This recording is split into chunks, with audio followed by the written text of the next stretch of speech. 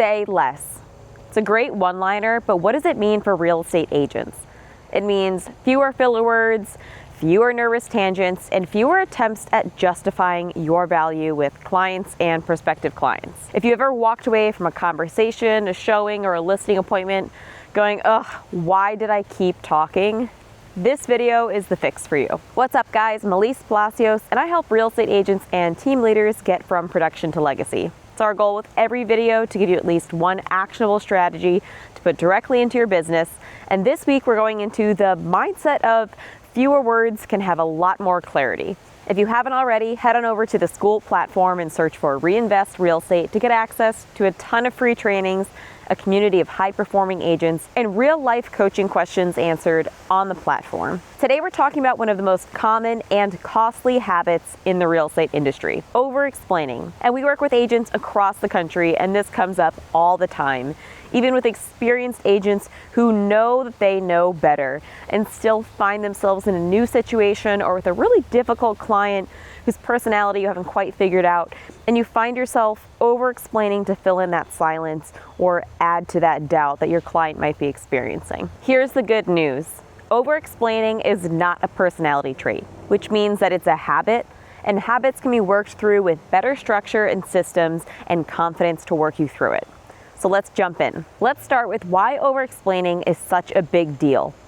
It's going to lower your perceived confidence, confuse your clients, lower your leverage in negotiations, and it's going to add to the uncertainty that comes along with whatever you're talking about.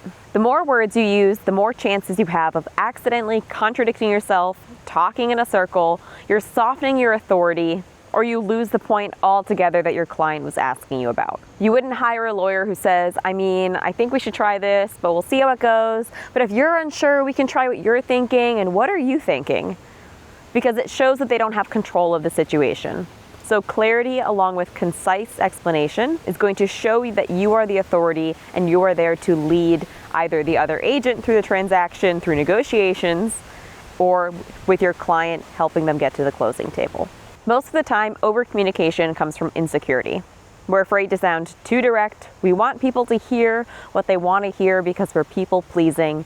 We're trying to stall because we don't actually know what to say or how to say it in a way that's going to be perceived how we want. And then naturally, sometimes we just don't have a clear outcome in mind, whether we lack the experience for that particular situation or you haven't talked it through with somebody who might have a little bit better of an understanding about how to approach it. So now that we've established what it is and why it's hurting your business, let's dive in to how to fix it.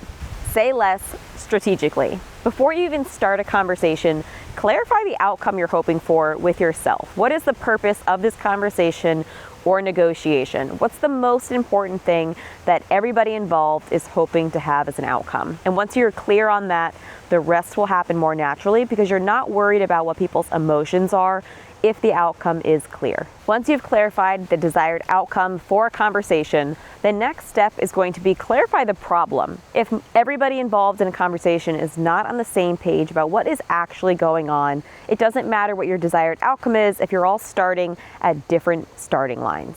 Keep it short, specific, and calm. This is not the time to talk about the emotions, the motivations, or anything involved with a transaction that's emotional. We're sticking to the facts that if you're talking about approaching a price reduction with a client, we're talking about the fact that you've been listed on the market for 15 days at this price, and other homes in this price point have received this average number of showings, which you can log on to your local MLS and get access to that data. You're going to explain that this is the type of activity that you would have expected, and this is where your current activity is. And then you're going to clarify what happens if we continue doing what we're doing. So once that's all been stated, the problem is clear. And then you can go into clarifying how you would suggest to move forward, which is going to be the third step of share a clear plan of action. This is your opportunity to be a leader. You can't just state a problem and then expect your client to have natural confidence in your ability to carry them through it. Explain the next steps. I would recommend that we do a price reduction of X on top of this additional marketing to advertise that new price to make sure that we're getting as many eyes on the property as possible. And then I would recommend we check in again at this point to make sure that the market has responded appropriately to that reduction. If you're confident in the next steps, your client is far more likely to fall in with that same level of confidence.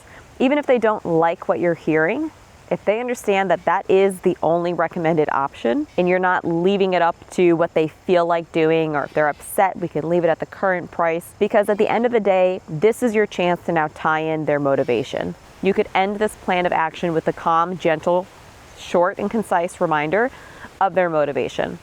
This is what I'd recommend to stay on track with us meeting your goal of selling this home before the end of the year. Is that still important to you? And ask them to clarify and confirm your plan of action moving forward so that they feel included in the decision making and they're not just being told what to do. My last tip is one of my favorite coaching tips that I implement with all of my agents. If you're unsure if you've mastered this, or you're trying to see if you've really broken through to that next level, record yourself.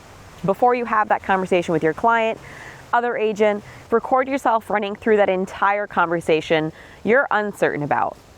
Do you think hearing your own words that you avoided filler words? Do you sound clear and confident, first and foremost? And then did you walk away after hearing that, understanding what the problem was and what the plan of action after that would be? And if you don't feel like that, or you heard yourself going, and adding those cringy filler words, you are gonna be your worst and best critic.